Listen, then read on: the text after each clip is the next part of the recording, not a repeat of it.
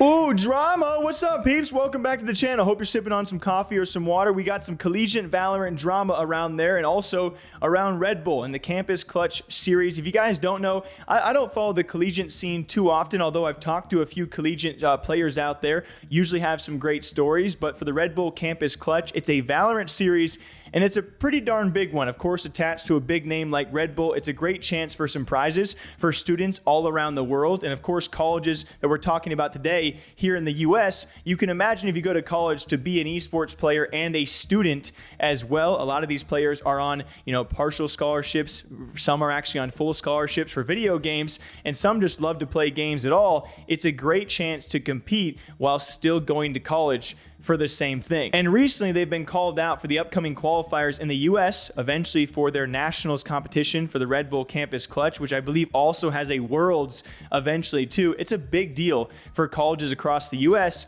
where a ruling came out where unfortunately it's actually students for these universities in the US qualifiers. You have to have all 5 students from the same university. That part kind of makes sense to me, although it differs from other regions qualifiers, which has schools very confused. The big point of focus here is that international students are not allowed to compete in the US qualifiers, even if they are enrolled as international students, even with student visas in a US university. They are still not allowed to compete.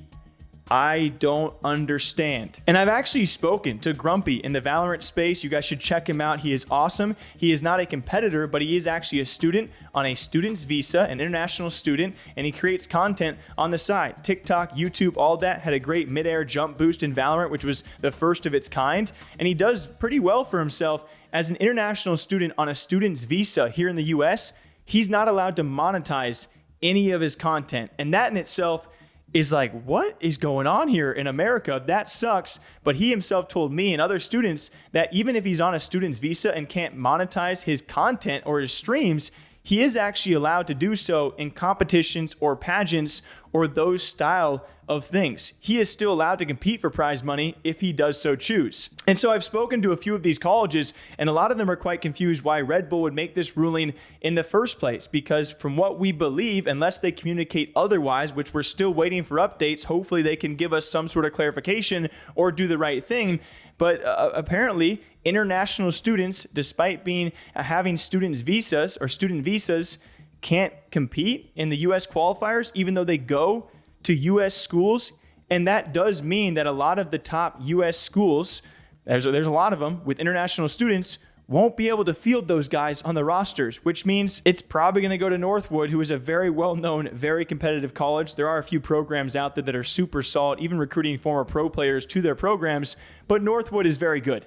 They are very good at Valorant, if you know the college scene. And so the reason I'm making this is because I've called out Red Bull rules in the past, and we just want a response. That's it. No need to send hate, none of that. Just really want a clarification as to why this is a rule in the first place, because it sucks for college students here in the US. And a lot of universities who are interested in international students, you got to wonder, okay, why can they not compete? But if you go to Canada, the Canadian qualifiers, they have a different rule set. According here, if you are in the Canadian qualifiers, not the US qualifiers, all 5 of your students can be from any university, and they allow international students in Canada, but not America.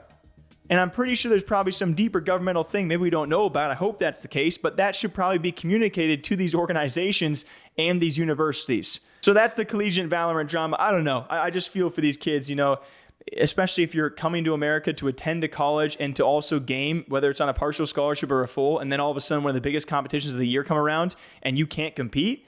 Like, come on. At least give them a reason why. That's all I'm asking for. Till next time, though, what do you guys think about this? Water and coffee it up, all right? Hydrate yourselves. See you back here soon.